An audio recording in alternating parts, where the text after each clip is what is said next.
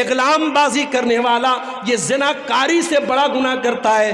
زناکاری کرنے والا غلط کر رہا ہے، مگر اغلام بازی کرنے والا بہت غلط کام کر رہا ہے، وہ اللہ کے عذاب کو دعوت دے رہا ہے. حضرت لوط علیہ السلام کی قوم نے جب یہ گندا کام کیا تو جانتے ہو ان کا انجام کیا ہوا؟ ان کے اوپر آسمان سے پتھروں کی بارش کی گئی اور اللہ نے پوری ان کی بستی کو پلٹ دیا. اور آج بھی سعودی عرب کے سفر پہ آپ چلے جائیں تو وہاں آپ کو وہ جگہ مل جائے گی، اور وہاں پہ ڈیڈ سی کے نام سے وہ جگہ ہے، اور اس ڈیڈ سی جس کو کہتے ہیں بحر مردار، اس پانی کے اندر آج بھی اس بستی کے اوشیش پائے جاتے ہیں، اس علاقے کی چیزیں پائی جاتی ہیں جو ہزاروں سال پہلے جس کو اللہ تعالیٰ نے عذاب بھیجا تھا اور پوری بستی کو الٹ دیا تھا.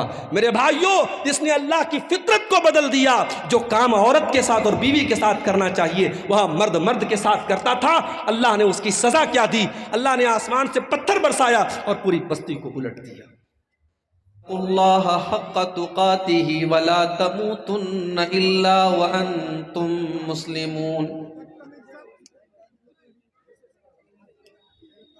یا ایہا الناس اتقوا ربکم الذی خلقکم من نفس واحدہ وخلق منها زوجها وبث منہما رجالا کثیرا ونساء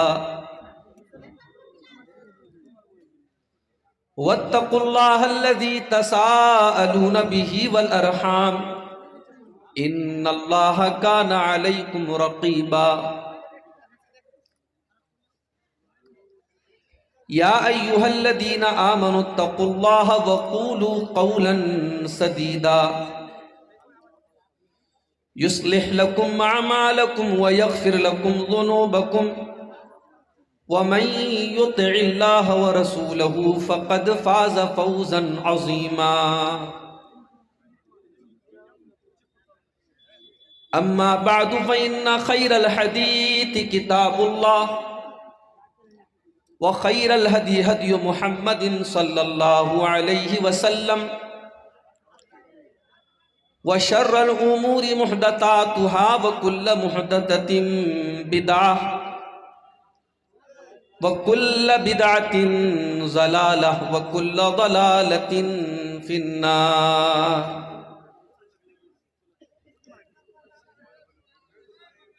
اعوذ باللہ من الشیطان الرجیم.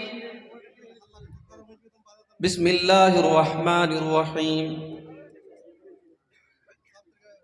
ظہر الفساد فی البر والبحر بما کسبت ایدی الناس لیذیقہم بعض الذی عملوا لعلہم یرجعون.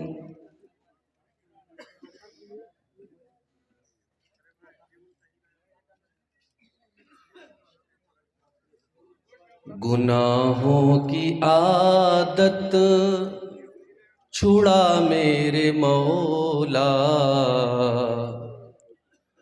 گناہوں کی عادت چھڑا میرے مولا، مجھے نیک انسان بنا میرے مولا. میری سابقہ ہر خطا میرے مولا، تو رحمت سے اپنی مٹا میرے مولا. تو قدرت سے اپنی بدل نیکیوں سے، تو قدرت سے اپنی بدل نیکیوں سے، ہر ایک میری لغزش خطا میرے مولا، ہر ایک میری لغزش خطا میرے مولا. تجھے تو خبر ہے میں کتنا برا ہوں، تجھے تو خبر ہے میں کتنا برا ہوں، تو عیبوں کو میرے چھپا میرے مولا.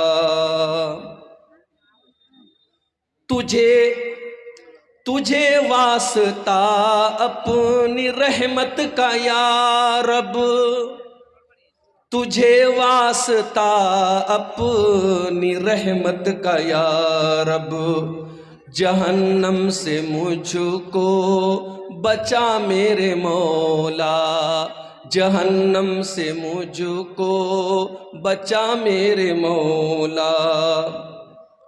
جو رحمت تیری شامل حال ہو تو، جو رحمت تیری شامل حال ہو تو، ٹھکانہ ہے جنت میرا میرے مولا، ٹھکانہ ہے جنت میرا میرے مولا۔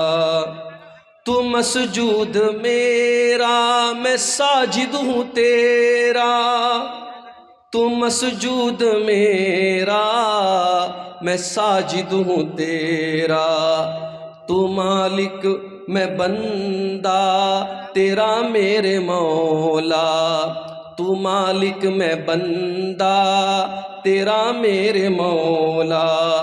گناہوں کی عادت چھڑا میرے مولا، مجھے نیک انسان بنا میرے مولا۔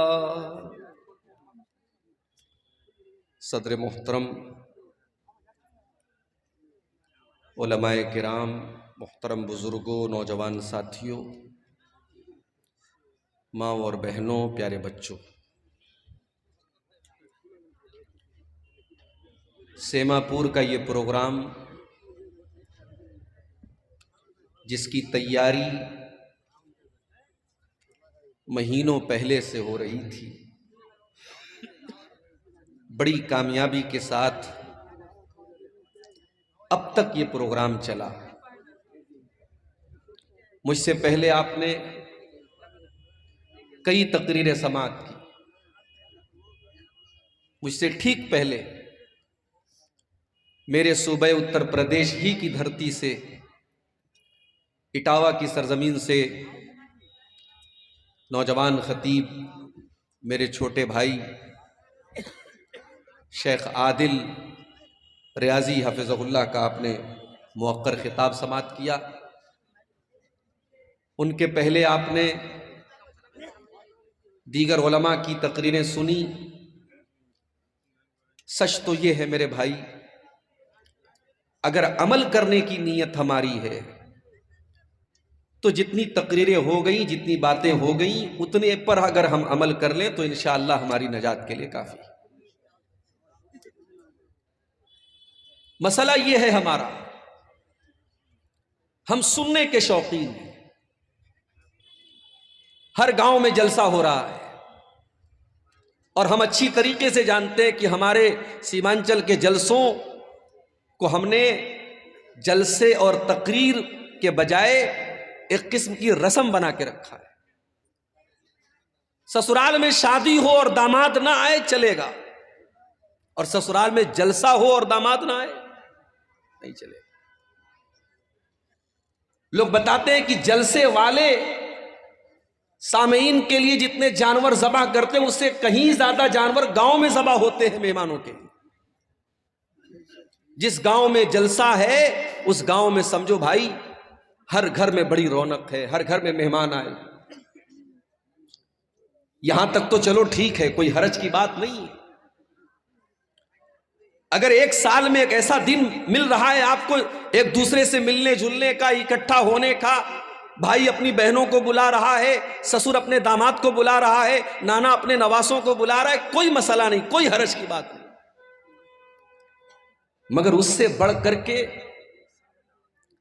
آپ جلسے میں آئے، آپ نے تقریروں کو سنا، ایک کان سے سنا اور دوسرے کان سے اڑا دیا۔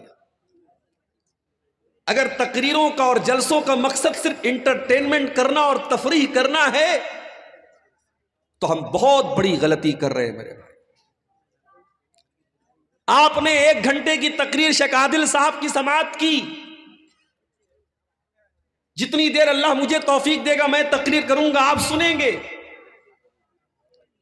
کل قیامت کے دن اللہ تبارک و تعالیٰ کے یہاں آپ سے 2 سوال کیا جائے گا۔ پہلا سوال یہ ہوگا کہ تو نے دین کا علم سیکھا کہ نہیں سیکھا۔ اب دین کا علم سیکھنے کے بہت سارے راستے ہیں، کوئی کتاب پڑھ کے سیکھ رہا ہے، کوئی مدرسے میں جا کر استاذ کے ذریعے سیکھ رہا ہے، اور کوئی بہت پڑھا لکھا نہیں ہے، کتابوں کے پڑھنے کی فرصت نہیں ہے، تقریروں کو سن رہا ہے، یوٹیوب پر سن رہا ہے، موبائل پر سن رہا ہے، جلسوں میں جا کے سن رہا ہے، علم کو حاصل کر رہا ہے۔ اللہ سوال کرے گا، میرے بندے، ہم نے تجھے مسلمان بنایا، تجھے ایمان کی دولت دی، تجھے اسلام کی نعمت دی، تو نے اپنے دین کو سیکھا کہ نہیں سیکھا؟ بندہ کہے گا، اللہ میں نے بہت سیکھا، ہر جلسے میں جاتا تھا، ہر تقریر کو سنتا تھا، 3 گھنٹے میں پنڈال کے نیچے بیٹھا رہتا تھا، سر ہلا ہلا کے پوری تقریر میں سنا کرتا تھا، اے اللہ میں نے دین کو برابر سیکھا۔ دوسرا سوال ہوگا، وَمَاذَا عَمِلَ فِي مَا عَلِمَ، میرے بندے تو نے جو علم حاصل کیا اس علم کے اوپر تو نے عمل کتنا کیا؟ میرے بھائیوں مجھے معاف کرنا، اس سوال کے جواب میں ہم فیل ہو جائیں گے اگر ہم جلسوں کی تقریروں کو ہم نے انٹرٹینمنٹ کا ذریعہ بنایا ہے۔ یہ اہل حدیث کا جلسہ ہے، علماء یہاں قرآن بیان کر رہے ہیں، نبی کی حدیثیں بیان کر رہے ہیں، یہاں آپ کو دین سکھایا جا رہا ہے، اس لیے نہیں کہ آپ ایک کان سے سن کر کے دوسرے کان سے اڑا دیں، اس لیے سکھایا جا رہا ہے تاکہ آپ دین کو سیکھ کر کے اس کے اوپر عمل کریں۔ ذرا نبی اکرم کی سیرت اٹھا کر کے دیکھو میرے بھائی، ٹھیک ہے آپ کے یہاں کا ماحول ہے، رات بھر تقریریں آپ سنتے ہیں، بلکہ کہیں فجر کی اذان تک جلسہ چلتا ہے، ٹھیک ہے، میں اس کو حرام نہیں کہتا، میں اس کو ناجائز نہیں کہتا، میں اس کو غلط نہیں کہتا، مگر آپ ذرا اپنے نبی کی سیرت اٹھا کر کے دیکھو، اللہ کے پیارے نبی عشاء کی نماز کے بعد عشاء کی نماز کے بعد کوئی جاگتا رہے یا بات چیت کرتا رہے، اس کو اللہ کے نبی پسند نہیں کرتے تھے۔ حدیث کے الفاظ ہے کہ اللہ کے پیارے نبی عشاء کی نماز کے بعد بات چیت کرنے کو یا بلا وجہ جاگنے کو پسند نہیں کرتے تھے۔ اور اللہ کے رسول کے زمانے میں صحابہ کرام کا طریقہ کیا تھا؟ 2 گھنٹے کی تقریر نہیں ہوتی تھی ان کے دور میں، نہ صحابہ کے دور میں ہوتی تھی، نہ تابعین کے دور میں ہوتی تھی۔ ان کا طریقہ کیا تھا، ان کا انداز کیا تھا؟ عبداللہ ابن مسعود کہتے ہیں، ہم اللہ کے نبی سے قرآن کی 10 آیتیں سیکھا کرتے تھے، ہم اللہ کے پیارے نبی سے قرآن کی 10 آیتیں سیکھا کرتے تھے، اور جب تک ان 10 آیتوں پر عمل نہیں کر لیتے تھے ہم آگے نہیں بڑھتے تھے۔ ہم نبی سے 10 آیتوں کو سیکھتے تھے اور ان کے اوپر عمل کرتے تھے، پھر 11ویں کا نمبر آتا تھا۔ معاف کرنا میرے بھائی، ہماری کمی یہی ہے، اور پانی یہیں پر مر رہا ہے، ہم سننے کے شوقین ہیں، عمل کرنے کے شوقین نہیں ہیں۔ دعا کرو اللہ نے جس طریقے سے ہمیں جلسوں میں جانے کا شوق دیا ہے، تقریروں کو سننے کا شوق دیا ہے، علماء سے محبت کا جذبہ دیا ہے، اللہ تعالیٰ علماء کی ان صحیح باتوں پر، ان دین کی باتوں پر ہم کو عمل کی بھی توفیق عطا فرمائے۔ میرے بھائیوں، ایک انسان کی زندگی میں سب سے خطرناک چیز کیا ہے؟ اگر ہم غور کریں، ہماری زندگی میں سب سے خطرناک اگر کوئی چیز ہے، سب سے ڈینجرس، سب سے ہانی کارک، سب سے نقصان دہ اگر کوئی چیز ہے تو اس چیز کا نام ہے گناہ۔ بھائی، جو چیز آپ کو اللہ سے دور کر دے، جو چیز آپ کو شیطان کی گود میں لے جا کے بٹھا دے، جس چیز کی وجہ سے قیامت کے دن آپ ناکام ہو جائیں، وہ چیز آپ کے لیے کبھی فائدے مند نہیں ہو سکتی، وہ دنیا کی سب سے خطرناک چیز ہے۔ اسی لیے اللہ تعالیٰ قرآن میں کہتا ہے، ظہر الفساد فی البر والبحر بما کسبت ایدی الناس۔ میرے بندو، خشکی کے اندر، تری کے اندر، زمین کے اوپر اور سمندر کے اندر جہاں پر بھی تم کو فساد نظر آ رہا ہے، جہاں پر بھی تم کو بگاڑ نظر آ رہا ہے، جہاں پر بھی تم کو تباہی نظر آ رہی ہے، بما کسبت ایدی الناس، یہ لوگوں کے کرتوتوں کا نتیجہ ہے، یہ لوگوں کے گناہوں کا نتیجہ ہے، یہ لوگوں کی بدعمالیوں کا نتیجہ ہے۔ اور آگے اللہ کیا کہتا ہے؟ لِيُذِيقَهُمْ بَعْدَ الَّذِي عَمِلُوا، میرے بندو یہ مصیبتیں جو تم دیکھ رہے ہو، یہ آفتیں جو تم دیکھ رہے ہو، یہ پریشانیاں جو تم دیکھ رہے ہو، یہ تمہارے بعض اعمال کی سزا ہے، یہ ہر گناہ کی سزا نہیں ہے۔ اگر اللہ ہر گناہ کی سزا دے دے، مَا تَرَكَ عَلَىٰ ظَهْرِهَا مِن دَابَّةٍ، تو زمین کے اوپر کوئی جاندار ہی باقی نہ بچے۔ کچھ گناہوں کی سزا اللہ دنیا میں دیتا ہے، مصیبتوں کی شکل میں، پریشانیوں کی شکل میں، تباہی کی شکل میں۔ اس کا مطلب یہ ہوا کہ کائنات میں جہاں پر بھی بگاڑ نظر آ رہا ہے، اس کے پیچھے ریزن کیا ہے، کارن کیا ہے، وجہ کیا ہے؟ انسان کے گناہ ہیں، انسان کی نافرمانیاں ہیں۔ اور آگے بڑھیے، قرآن کا پہلا پارہ اٹھائیے، وَقُلْنَا يَا آدَمُ اسْكُنْ أَنْتَ وَزَوْجُكَ الْجَنَّةَ فَكُلَا رَغَدًا مِنْ حَيْثُ شِئْتُمَا وَلَا تَقْرَبَا هَٰذِهِ الشَّجَرَةَ، اے آدم جنت میں آرام سے اپنی بیوی کے ساتھ، حوا کے ساتھ تم رہو، جو چاہے کھا لو، جو چاہے پی لو، جہاں چاہے موج مستی کرو، لیکن اے آدم، اے حوا، اس پیڑ کے قریب نہ جانا، اس درخت کے قریب نہ جانا۔ اللہ نے منع کر دیا ایک پیڑ کے بارے میں، اس پیڑ کے قریب مت جانا۔ اب ہمارا نوجوان کیا پوچھتا ہے، شیخ صاحب اس پیڑ کا نام کیا تھا، تجھے کھانا ہے کیا؟ کیوں پوچھتا ہے؟ ہماری عادت ہے فضول سوالات کرنے کی، جس سوال کا کوئی مقصد نہیں وہ سوال کرتے ہیں۔ آدم علیہ السلام کو اللہ تعالیٰ نے ایک پیڑ کے قریب جانے سے منع کیا، پیڑ کس چیز کا تھا، اس کا کیا مطلب ہے؟ اللہ نے پیڑ کا نام نہیں لیا ہے، ہمیں جاننے کی ضرورت بھی نہیں ہے۔ اللہ نے کہا، اے آدم، اے حوا، اس پیڑ کے قریب نہ جانا، اگر جاؤ گے فَتَكُونَا مِنَ الظَّالِمِينَ، تو تم ظالموں میں سے ہو جاؤ گے۔ فَأَزَلَّهُمَا الشَّيْطَانُ عَنْهَا فَأَخْرَجَهُمَا مِمَّا كَانَا فِيهِ، شیطان نے ہمارے باپ آدم کو اور ہماری ماں حوا کو دونوں کو بہکا دیا۔ عوام میں یہ بات بھی مشہور ہے کہ ابلیس نے حضرت حوا کو بہکایا اور حضرت حوا نے آدم کو بہکایا۔ یہ غلط بات ہے، یہ قرآن کے خلاف بات ہے۔ قرآن کہہ رہا ہے دونوں کو بہکایا، دونوں کی کامن غلطی تھی، صرف حوا کی غلطی نہیں تھی، یہ آدم کی بھی غلطی تھی، یہ حضرت حوا کی بھی غلطی تھی۔ اچھا، شیطان نے ایسے ہی ڈائریکٹ جا کر نہیں بہکا دیا، شیطان دوست بن کے آیا، شیطان ہمدرد بن کے آیا اور کہا، اے آدم، اے حوا، میں تم کو ایک پیڑ کے بارے میں بتاتا ہوں، اس پیڑ کے پھل کو اگر تم کھا لو گے، اے آدم، اے حوا، تم ہمیشہ ہمیش کے لیے جنت میں رہو گے، ہمیشہ ہمیش کے لیے تم جنت میں رہو گے یا فرشتے بن جاؤ گے۔ غور کرو، شیطان ہمارے باپ آدم کو بہکا بھی رہا ہے تو کیا کہہ کے بہکا رہا ہے؟ ان تکونا ملکین، اے آدم، اے حوا، اس پیڑ کو کھا لو، تم فرشتے بن جاؤ گے۔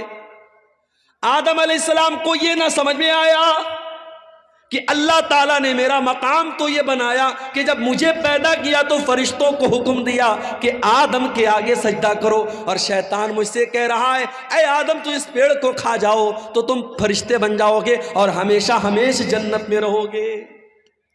اللہ نے اس سے بڑا مقام دیا تھا، لیکن شیطان نے ایسی پٹی پڑھائی کہ ہمارے باپ آدم کو سمجھ میں نہیں آیا۔ پتہ یہ چلا میرے بھائی، ہم اسی آدم کی اولاد ہیں اور ہم بھی شیطان کے آگے بے بس ہو جاتے ہیں اور کمزور پڑ جاتے ہیں اور اکثر شیطان کی چالوں میں آ جاتے ہیں۔ اور یہ بھی پتہ چلا شیطان دشمن بن کر کے نہیں آتا، شیطان دوست بن کر کے آتا ہے۔ وَقَاسَمَهُمَا إِنِّي لَكُمَا لَمِنَ النَّاصِحِينَ، شیطان نے قسم کھائی، کہا، اے آدم، میں قسم کھاتا ہوں اللہ کی، میں تمہارا بھلا چاہتا ہوں، میں تمہارا برا نہیں چاہتا۔ ہمارے سامنے کوئی اللہ کی قسم کھا لے، میں مارکیٹ میں جاتا ہوں، سامان خرید لیا، سامان کا ریٹ پوچھا دکاندار سے، اس نے کہا 100 روپے کا ہے، مجھے لگا یار کچھ مہنگا مل رہا ہے، میں نے کہا یار 90 کا دے دو، کہتا ہے مولوی صاحب اللہ کی قسم میں نے 80 کا خریدا ہے۔ اب مولوی صاحب دکان پر گئے, دکاندار نے اللہ کی قسم کھا لی, تو مولوی صاحب تو بیچارے مولوی صاحب ہوتے ہیں, اللہ کا نام سن کے پگھل جاتے کہ بیچارہ قسم کھا رہا ہے تو جھوٹ تو نہیں بول رہا ہوگا. اللہ والے اللہ کے نام پر بڑی آسانی سے بیوقوف بن جاتے ہیں. یہ جملہ نوٹ کر لو, اللہ والے اللہ کے نام پر بہت آسانی سے بیوقوف بن جاتے ہیں. حیدرآباد جیسی سرزمین پر میں گیا, وہاں لوگوں نے بتایا مولوی صاحب بڑی بڑی داڑھی والے اور ماتھے پر سجدے کا نشان رکھنے والے, آج بزنس میں حالت یہ ہے لاکھوں اور کروڑوں کا لوگوں کا مال لے کر کے بیٹھے ہوئے ہیں, دکان بند کر کے غائب ہیں اور لوگ پریشان ہیں. کتنے لوگوں نے مال بیچا ہے, پیسہ لینے کے لیے جا رہے تو دکان بند ہے, داڑھی اتنی بڑی ہے اور سجدے کا نشان اتنا بڑا ہے. آدمی دھوکا کھا گیا کہ اتنا نیک انسان ہے, یہ تو فراڈ نہیں کرے گا, یہ تو دھوکا نہیں کرے گا. میرے بھائیوں, اللہ والے اللہ کے نام پر بڑی آسانی سے بیوقوف بن جاتے. ابلیس نے قسم کھائی, کہا میں تمہاری بھلائی چاہتا ہوں. آدم علیہ السلام نے اس کی بات مان لی اور اس پیڑ کو کھا لیا جس پیڑ کے قریب بھی جانے سے اللہ نے منع کیا تھا. اچھا, اللہ نے یہ نہیں کہا تھا مت کھاؤ, اللہ نے یہ بھی نہیں کہا اے آدم پھل مت توڑو, اللہ نے کہا پھل کے قریب بھی مت جاؤ. آپ کہیں دیکھتے ہوں گے جہاں الیکٹرک پول ہوتا ہے اور وہاں پہ کرنٹ اور پاور ہوتا ہے تو اس پہ لکھا رہتا ہے خطرہ, بڑے بڑے دو اس میں کھوپڑی بنی رہتی ہے اور دو ہڈیاں بنی رہتی ہیں اور بیچ میں لکھا رہتا ہے خطرہ, تاکہ آدمی دور سے الرٹ ہو جائے کہ اس میں خطرہ ہے. جس گناہ کے بارے میں اللہ کہہ دے قریب مت جاؤ, اس کے قریب بھی نہیں جانا چاہیے. میرے نوجوان ساتھیوں, آج سماج میں زناکاری اور بدکاری عام ہوتی چلی جا رہی ہے, اور آج موبائل کا استعمال زناکاری کے ایک آلے کے طور پر ہو رہا ہے. آج موبائل پر ہونے والی ایک چیٹنگ کہاں پر جا کے ختم ہوتی ہے کوئی نہیں جانتا. آج کتنے زنا کے واقعات ہوئے جس کی شروعات ایک مس کال سے ہوتی ہے, ایک رانگ نمبر سے آئی ہوئی کال سے ہوتی ہے, ایک غلط نمبر سے آئے ہوئے میسج سے ہوتی ہے. میرے پیارے بھائیوں, اسی لیے اللہ قرآن میں جب زنا کا نام لیتا ہے تو یہ نہیں کہتا ہے کہ زنا مت کرو, اللہ فرماتا ہے وَلَا تَقْرَبُوا الزِّنَا إِنَّهُ كَانَ فَاحِشَةً وَسَاءَ سَبِيلًا. میرے بندو, تم زنا کے قریب بھی نہ جانا, یہ بڑا گندا کام ہے. اللہ نے قریب بھی جانے سے منع کیا. اور اسی لیے مردوں سے کہا گیا جب چلو راستے میں تو اپنی نگاہوں کو جھکا کر چلو. عورتوں سے کہا گیا جب گھر سے نکلو تو پردے میں نکلو. اپنے گھر میں اپنے بھائی کے سامنے, اپنے باپ کے سامنے, اپنے محرم رشتہ دار کے سامنے بھی عورت سے کہا گیا وَلْيَضْرِبْنَ بِخُمُرِهِنَّ عَلَى جُيُوبِهِنَّ, اپنے دوپٹے کو اپنے سینے پر رکھو, اپنے سینے کو کھلا مت رکھو. کیوں میرے بھائی؟ اس لیے کہ قرآن ہمیں زنا کے قریب بھی جانے سے منع کرتا ہے. انڈیا کی حکومت نے اجازت دے دی, انڈیا سے کوئی عورت اگر حج کرنے جانا چاہتی ہے, عمرہ کرنے جانا چاہتی ہے, اسے کسی مرد کی ضرورت نہیں ہے, وہ اکیلی جا سکتی ہے, اسے کسی محرم کی ضرورت نہیں ہے. مگر آپ کسی عالم سے فتویٰ جا کے پوچھو, کٹیہار کا علاقہ ہے, مولانا رحمت اللہ صاحب بڑے عالم ہیں, شیخ انعام الحق مدنی صاحب بڑے عالم ہیں, اب جا کے پوچھو کہ شیخ صاحب عورت عمرہ کرنے جانا چاہتی ہے, اس کا کوئی محرم رشتہ دار نہیں ہے, کیا کر سکتی ہے؟ علماء جواب دیں گے نہیں کر سکتی ہے. کیوں؟ آج کے دور میں کوئی پرانے زمانے کی طرح سفر نہیں ہو رہا ہے, گھوڑے پہ سفر نہیں ہو رہا ہے, اونٹ پہ سفر نہیں ہو رہا ہے, فلائٹ کا سفر ہے. باغ ڈوگرا اور کلکتہ سے آپ فلائٹ پکڑیں اور ڈائریکٹ آپ سعودی عرب پہنچ جائیں, ریاض پہنچ جائیں, 4 گھنٹے میں آپ سعودی عرب پہنچ جائیں. آج کے دور میں تو کوئی خطرہ نہیں ہے. مگر علماء جواب یہی دیں گے کہ یہ قرآن, یہ نبی کا حکم ہے, یہ شریعت کا حکم ہے, ہمیں اس میں منطق نہیں لگانا ہے, ہمیں اس میں لاجک نہیں لگانا ہے. عورت کو اگر عمرہ کرنا ہے, حج کرنا ہے, تو اس کا کوئی محرم رشتہ دار ہونا چاہیے یا اس کا شوہر ہونا چاہیے. میرے پیارے ساتھیوں, کیوں اسلام نے یہ حکم دیا؟ اس لیے کہ اسلام زنا کے قریب بھی جانے سے ہمیں منع کرتا ہے. اللہ نے کہا تھا یا آدم تم اس پیڑ کے قریب بھی نہ جانا. شیطان نے بہکایا اور آدم علیہ السلام نے اور ان کی بیوی حوا نے, دونوں نے اس پیڑ کو کھا لیا, اس کے پھل کو کھا لیا. اب جیسے ہی دونوں نے پھل کو کھایا, قرآن کیا کہتا ہے؟ فَلَمَّا ذَاقَا الشَّجَرَةَ بَدَتْ لَهُمَا سَوْآتُهُمَا وَطَفِقَا يَقْصِفَانِ عَلَيْهِمَا مِنْ وَرَقِ الْجَنَّةِ. دونوں نے جب اس پیڑ کو کھا لیا تو دونوں کے بدن سے کپڑے اتر گئے اور دونوں ننگے ہو گئے. ہمارے باپ آدم بھی ننگے ہو گئے, ہماری ماں حوا بھی ننگی ہو گئی. ہائے ہائے ہائے. اب جیسے ننگے ہوئے, اچھا اس کا مطلب کہ جنت میں کپڑا تھا, اس کا مطلب کہ جنت میں کپڑا تھا, دونوں کپڑا پہنے ہوئے تھے, کپڑے اتر گئے, دونوں ننگے ہو گئے. اب ننگا رہنا ان کو پسند نہیں ہے. قرآن کہتا ہے دونوں اپنے آپ کو کور کرنے لگے, ڈھانپنے لگے.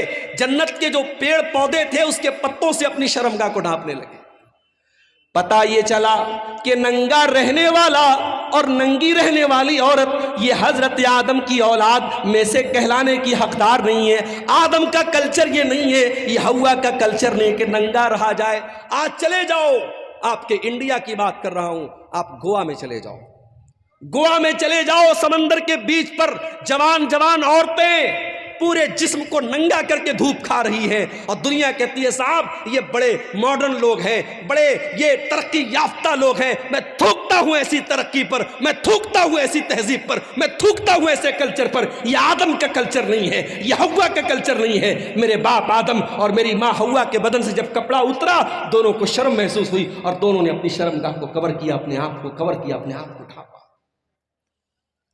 اب اللہ نے کہا اے آدم میں نے تم کو منع کیا تھا, اے حوا میں نے تم کو منع کیا تھا اس پیڑ کے قریب نہ جانا, تم نے پیڑ کو کیوں کھایا؟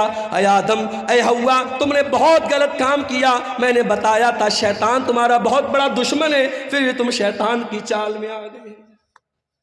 اب حضرت آدم کو احساس ہوا, حضرت حوا کو احساس ہوا کہ ہم سے غلطی تو بہت بڑی ہو گئی. اب دونوں نے اللہ کی بارگاہ میں ہاتھ اٹھایا. قالا ربنا ظلمنا انفسنا وان لم تغفر لنا وترحمنا لنكونن من الخاسرین. دونوں نے پکارا اے ہمارے پروردگار ہم نے یہ غلطی کر کے اپنے اوپر بہت بڑا ظلم کر لیا, بہت بڑا اتیاچار کر لیا. ایک نکتہ بتاؤں, ایک پوائنٹ بتاؤں, کوئی گناہ کرنے والا کسی اور پر ظلم نہیں کرتا ہے, سب سے پہلے وہ اپنے اوپر ظلم کرتا ہے.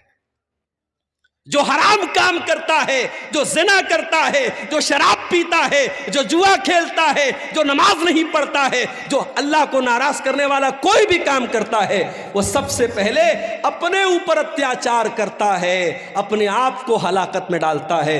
ہمارے باپ آدم کی دعا ہمیں یہ سبق دے رہی ہے, ربنا ظلمنا انفسنا, اے ہمارے پروردگار ہم نے اپنے جان کے اوپر ظلم کیا ہے, وَإِن لَمْ تَغْفِرْ لَنَا وترحمنا, اور اے اللہ اگر تو نے ہمیں معاف نہ کیا اور تو نے ہم کو نہیں بخشا, تو نے ہم پر رحم نہ کیا, لنکونن من الخاسرین, اے اللہ ہم سے زیادہ خسارے والا, ہم سے زیادہ نقصان والا کوئی نہیں ہوگا. اللہ نے توبہ قبول کی. دیکھو غلطی تو ابلیس نے بھی کی تھی. اللہ نے ابلیس سے کہا تھا آدم کو سجدہ کرو, ابلیس نے کہا میں نہیں کروں گا. ابلیس نے سجدہ نہیں کیا. غلطی ابلیس نے بھی کی, غلطی آدم نے بھی کی, مگر ابلیس کا طریقہ یہ ہے کہ غلطی کر کے ڈھٹائی کرو, چوری کر کے سینہ زوری کرو, گناہ کر کے گناہ کی دلیل دو. اور آدم کا طریقہ یہ ہے گناہ ہو جائے, غلطی ہو جائے, خطا ہو جائے, اللہ سے معافی مانگ لو. میرے بھائیو اب جو آدم کی اولاد ہے, جو آدم سے اپنا رشتہ جوڑتا ہے, اس سے اگر کبھی گناہ ہو جائے تو وہ توبہ کر لے. اسی لیے اللہ کے پیارے نبی فرماتے ہیں کل بنی آدم خطاء وخیر الخطائین التوابون. اے آدم کی اولاد تم سب کے سب گنہگار ہو, تم سب کے سب خطا کار ہو.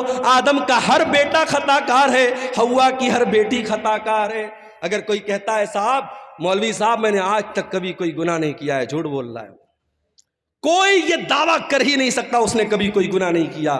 ہر انسان کے دامن پہ کچھ نہ کچھ دھبے ضرور ہیں میرے بھائی. یہ الگ بات ہے کسی کے دھبے نظر آتے ہیں اور کوئی چمکیلا کپڑا پہن کے اور وائٹ کلر کا کرتا پہن کے اور بہترین ٹوپی لگا کے نکلتا ہے. اس کا کپڑا اور اس کا اجلا کپڑا اس کے دامن کے سیاہ اس کے کارناموں کو چھپا لیتا ہے، مگر دامن سب کا گندا ہے. میرے پیارے بھائیوں، اللہ کے نبی کہہ رہے ہیں آدم کے تمام بیٹے خطا کار ہیں، لیکن ہاں سب سے بہترین خطا کار وہ ہے التوابون، جو خوب توبہ کرتا ہو، جو خوب اللہ سے معافی مانگتا ہو. میرے پیارے ساتھیوں، گناہ ہو سکتا ہے، گناہ کرنے کے بعد انسان کو توبہ کر لینی چاہیے.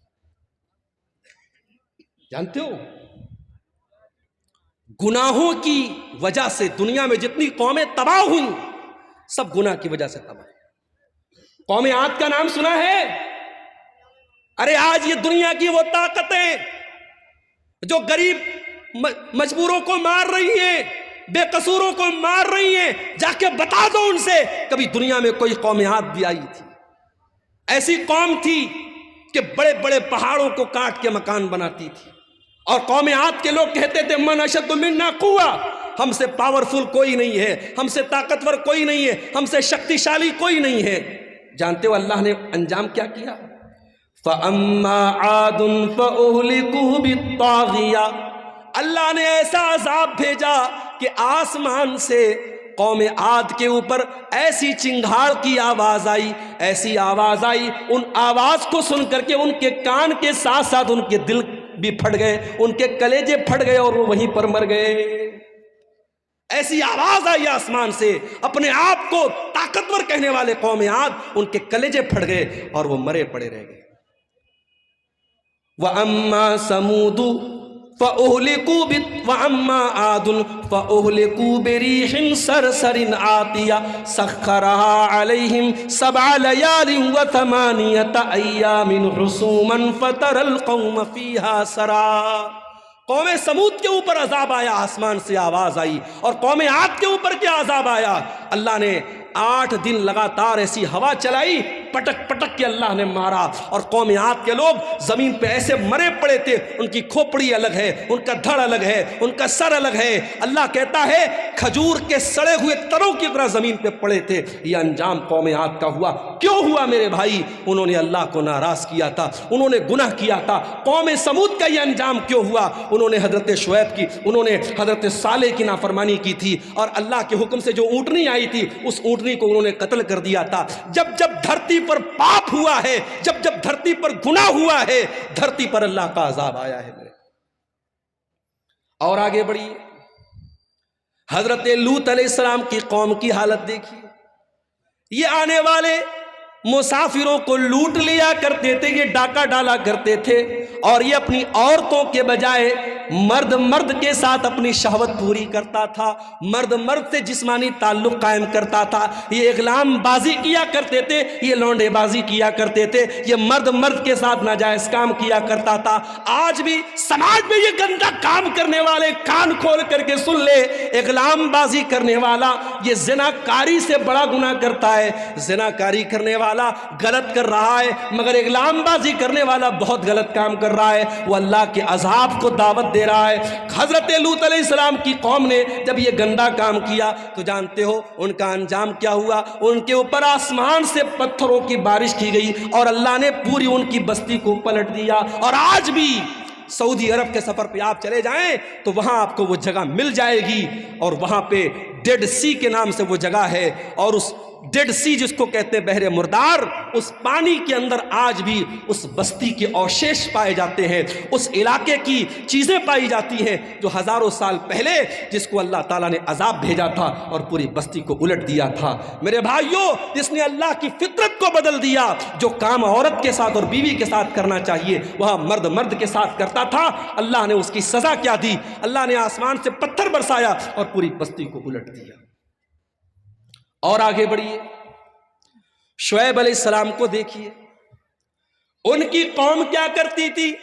420 کرتی تھی، اپنے ترازو میں ڈنڈی مارا کرتی تھی اور 1 کلو سامان دینا ہوتا تھا تو 900 گرام دیا کرتی تھی، ناپ تول میں کمی کیا کرتی تھی، 400 BC کیا کرتی تھی۔ اللہ نے حضرت شعیب علیہ السلام کی قوم پر آسمان سے ایسی بدلی بھیجی، ان کو جب بارش تھم گئی اور گرمی لگنے لگی اور آسمان میں بدلی نظر آئی، ان کو لگا کہ بارش ہوگی، وہ جلدی سے بدلی کے نیچے جا کے کھڑے ہو گئے اور بدلی سے آگ برسنے لگی اور پوری بستی کا کام ختم ہو گیا۔ اللہ تعالیٰ نے ایسا عذاب بھیجا حضرت شعیب کی قوم کے اوپر۔ میرے بھائیوں، اتہاس بتاتا ہے، قوموں کی تاریخ بتاتی ہے، جب جب دھرتی پر اللہ کی نافرمانی ہوئی ہے، گناہ ہوا ہے، اللہ کا عذاب آیا ہے۔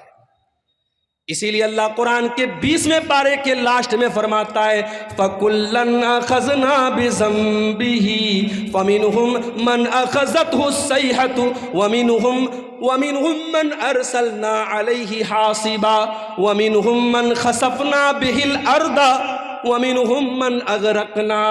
میرے بندو، ہم نے ہر قوم کو جس کو ہلاک کیا اس کے گناہ کی وجہ سے ہلاک کیا۔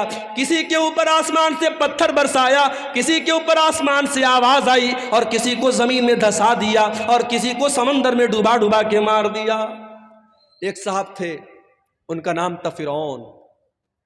وہ کیا کرتا تھا؟ بچوں کو مروا دیتا تھا، بچوں کو مروا دیتا تھا۔ اچھا، فرعون کا نام ہم سنتے ہیں کہ بڑا ظالم ہے، اور اسرائیل کا نام آتا ہے تو ہمارے کچھ لوگ یوٹیوب پر اور ٹویٹر پہ کہتے ہیں آئی اسٹینڈ ود اسرائیل، میں اسرائیل کے ساتھ کھڑا ہوں۔ ارے ظالموں، یہ بحث چھوڑ دو، اسرائیل میں ظلم کس کے اوپر ہو رہا ہے، کس کمیونٹی پر ہو رہا ہے، کس قوم پر ہو رہا ہے؟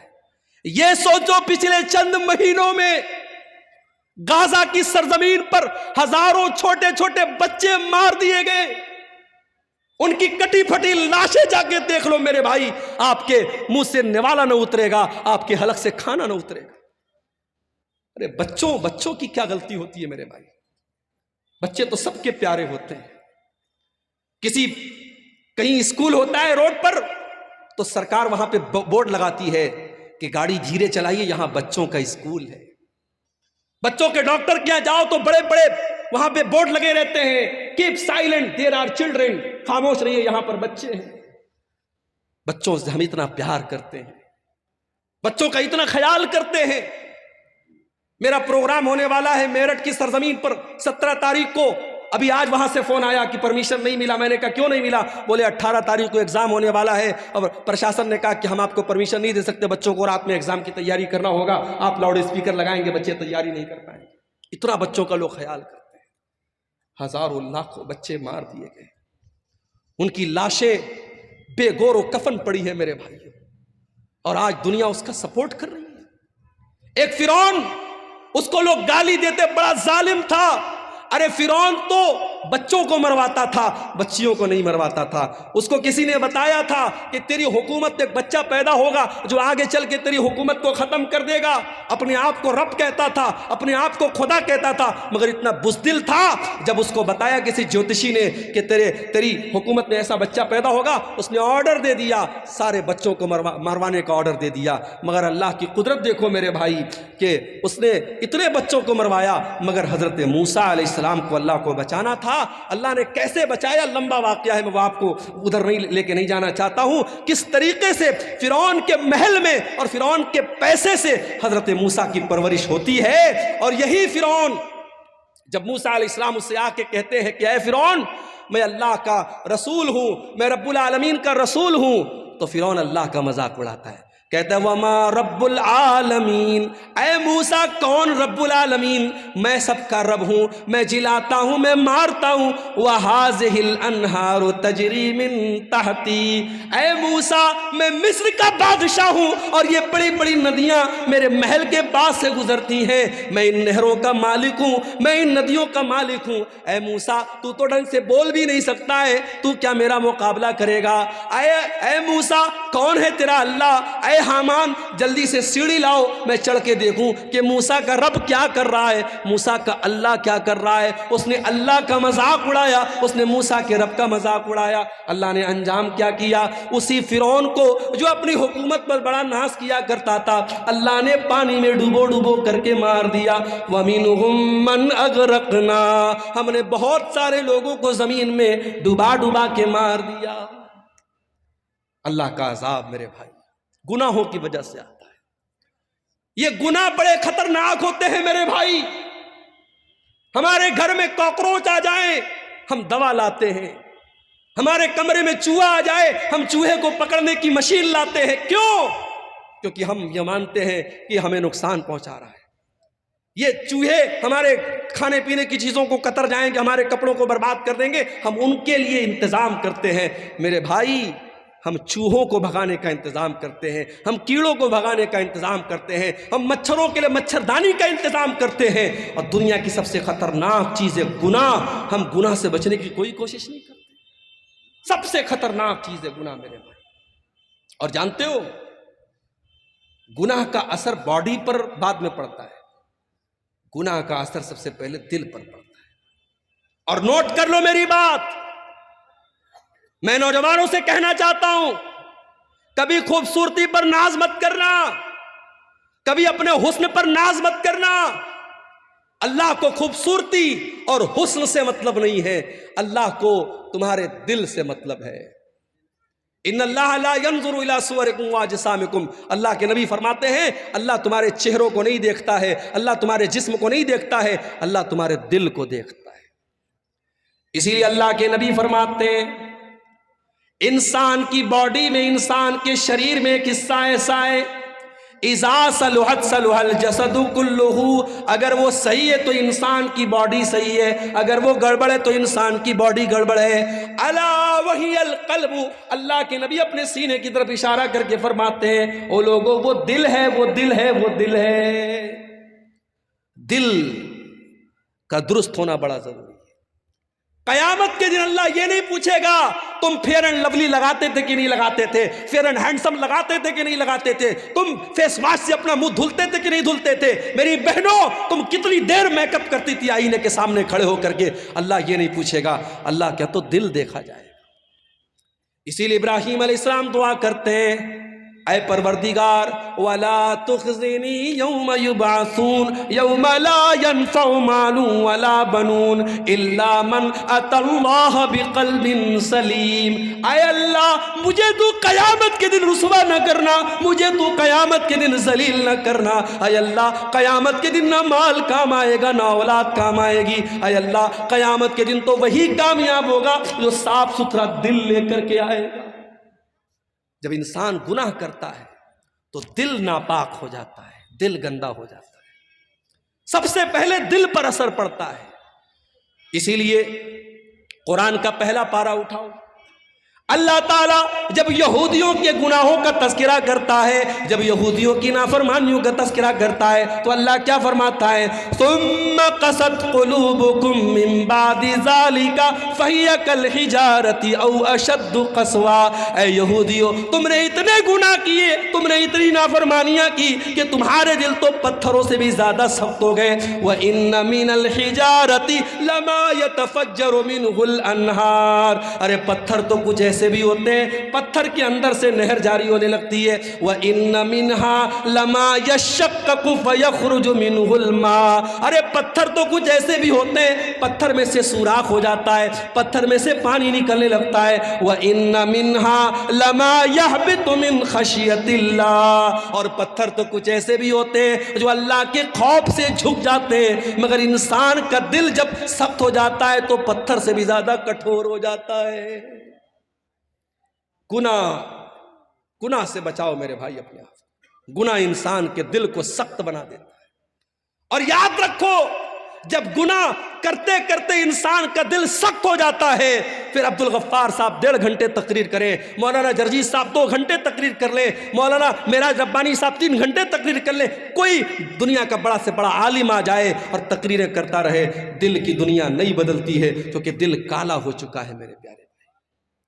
اللہ کے پیارے نبی فرماتے ہیں جب بندہ کوئی گناہ کرتا ہے نُقِطَتْ فِي قَلْبِهِ نُقْطَةٌ سَوْدَا، اس کے دل کے اوپر ایک کالے رنگ کا دھبا ڈال دیا جاتا ہے، اس کے دل پر ایک کالے رنگ کا دھبا پڑ جاتا ہے۔ اگر بندہ توبہ کر لیتا ہے اور معافی مانگ لیتا ہے اللہ تعالیٰ سے، اللہ اس دھبے کو اریز کر دیتا ہے، اسے مٹا دیتا ہے، اسے صاف کر دیتا ہے۔ لیکن اگر بندہ دوبارہ گناہ کرتا ہے، ایک اور دھبا اس کے دل پہ ڈال دیا جاتا ہے۔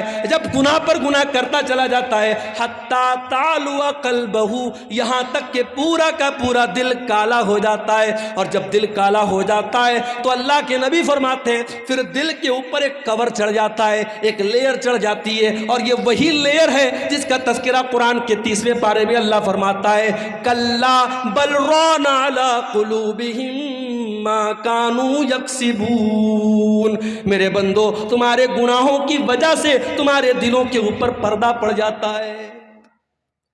گناہوں سے اپنے آپ کو بچاؤ میرے بھائی۔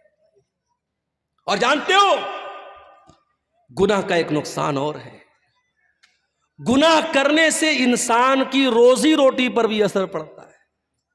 دکان اچھی نہیں چل رہی ہے، کاروبار میں مندی ہو رہی ہے، جو بزنس میں ہاتھ لگا رہے ہو بزنس صحیح طریقے سے نہیں چل رہا ہے، ذرا غور کر لینا، ذرا جائزہ لے لینا، ذرا دھیان دینا، کہیں کوئی گناہ تو نہیں کر رہے ہو، رات میں بیٹھ کے شراب تو نہیں پی رہے ہو، کہیں زناکاری میں تو نہیں لگے ہو، کسی ناجائز لڑکی کے ساتھ کہیں ناجائز تعلق تو نہیں قائم کر کے رکھا ہے، کہیں موبائل پر کسی سے گندی چیزیں تو نہیں شیئر کر رہے ہو۔ اگر کوئی گناہ کر رہے ہو تو آپ کی روزی روٹی پر بھی اس کا اثر پڑے گا۔ اللہ قرآن میں کہتا ہے ضرب اللہ مثلا قریۃ کانت آمنۃ مطمئنۃ یاتیہا رزقها رغدا من کل مکان۔ اللہ تعالیٰ مثال دے رہا ہے ایک بستی کی، بستی بڑے چین سے بڑے امن سے رہا کرتی تھی، اور بستی والے چین سے کھاتے پیتے تھے۔ فَأَذَاقَهَا اللَّهُ لِبَاسَ الْجُوعِ وَالْخَوْفِ بِمَا كَانُوا يَصْنَعُونَ۔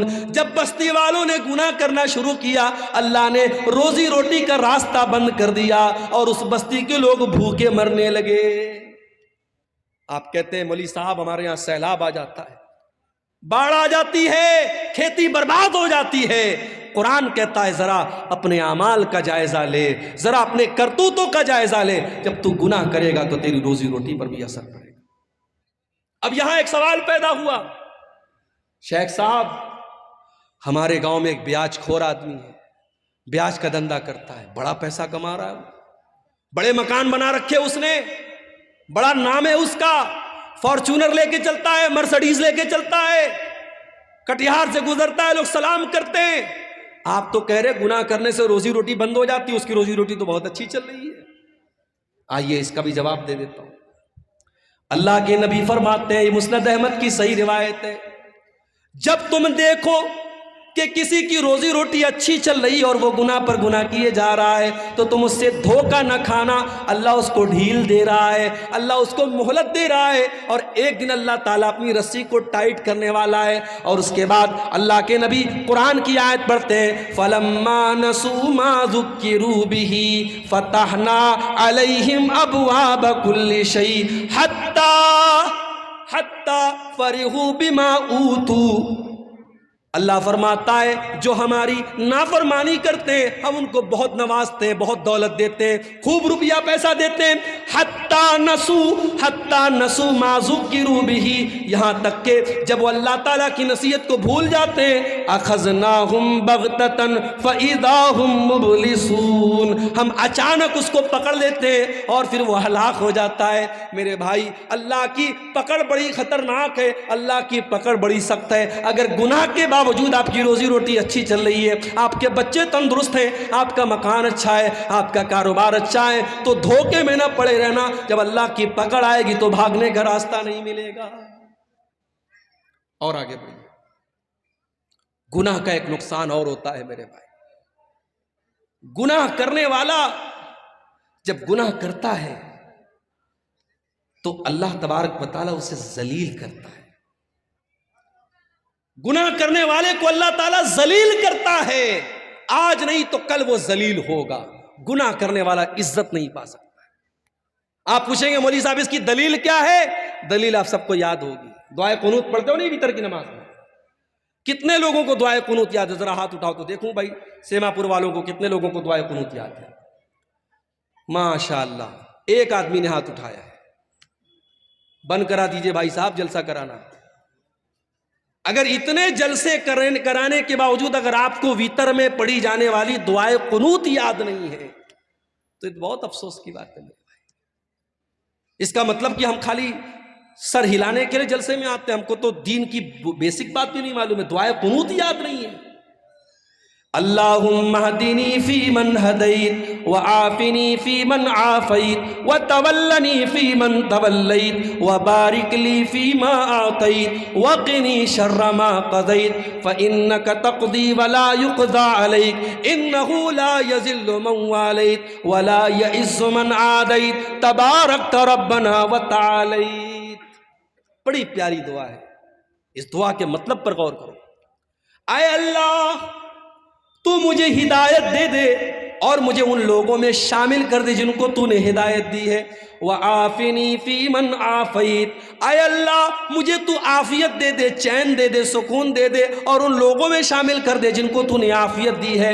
وَتَوَلَّنِي فِي مَنْ تَوَلَّيْتَ، اور اے اللہ تو جس سے محبت کرتا ہے، تو جس کو دوست بناتا ہے، اے اللہ ان لوگوں میں تو مجھ کو بھی شامل کر دے۔ وَبَارِكْ لِي فِي مَا أَعْطَيْتَ، اے اللہ تو نے جو دیا ہے اس میں تو مجھ کو برکت دے دے۔ وَقِنِي شَرَّ مَا قَضَيْتَ، اور اے اللہ جو تو فیصلہ کرتا ہے اپنے فیصلے میں کوئی اگر ایسا فیصلہ ہے جو میرے حق میں برا ہے، اے اللہ تو اس سے بچا لے۔ فَإِنَّكَ تَقْضِي وَلَا يُقْضَى عَلَيْكَ، اے اللہ سب کا فیصلہ تو کرتا ہے، تیرا فیصلہ کوئی نہیں کر سکتا ہے۔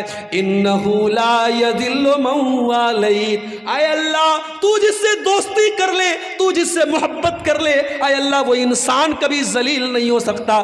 وَلَا يَعِزُّ مَنْ عَادَيْتَ، اور اے اللہ تو جس کو دشمن بنا لے وہ کبھی دنیا میں عزت نہیں پا سکتا۔